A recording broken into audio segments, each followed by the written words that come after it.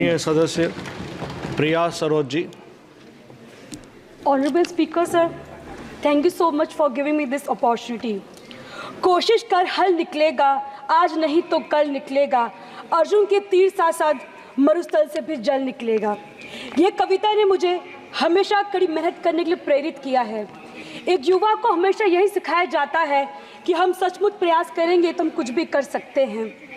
एक युवा के नेता के तौर पर युवाओं के मुद्दा मेरे लिए हमेशा सर्वोपरि हैं।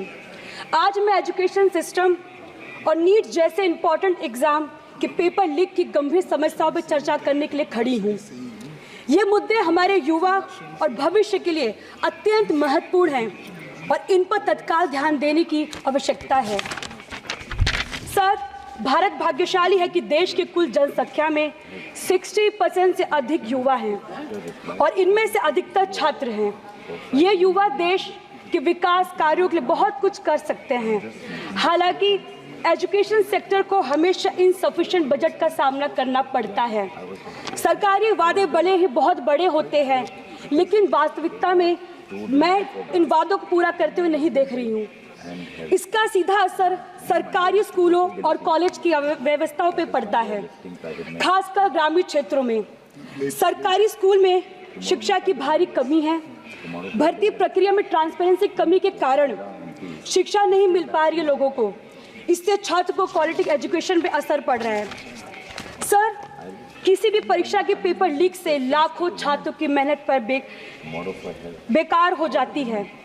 मेरे प्रदेश उत्तर प्रदेश के पुलिस कांस्टेबल परीक्षा 2024 और यूपीपीएससी ARO पेपर लीक जैसे उदाहरण दिखाते हैं कि एग्जामिनेशन सिस्टम में गंभीर खामियां हैं। Sir, in this digital age where the world is moving towards technology advancement, our school lack basic technology facilities.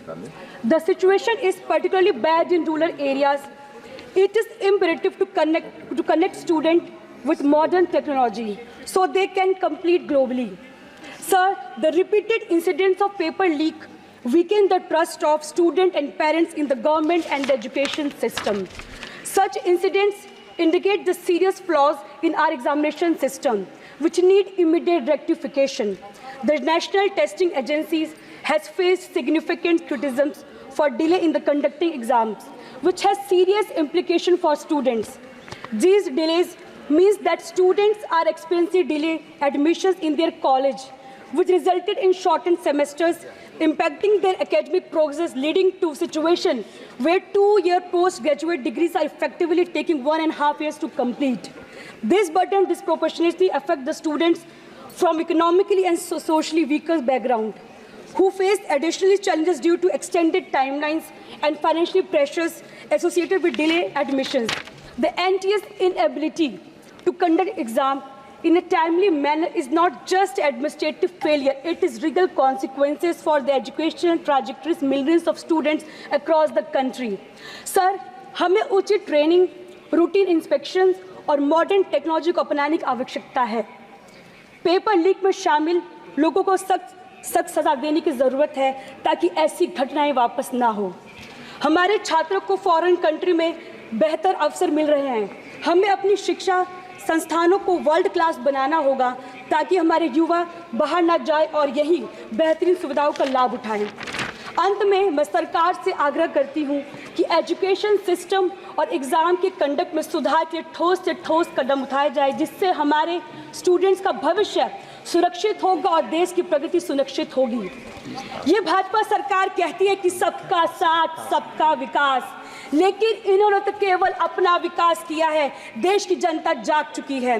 PDA के मान सम्मान में कि डकैती की रक्षा केवल इंडिया गठबंधन कर सकती है। यदि ये सरकार चाहती है कि सबका साथ सबका विकास का नारा पूरा हो तो जातीय जनगणना करा के सबको हिस्सेदारी दे। धन्यवाद।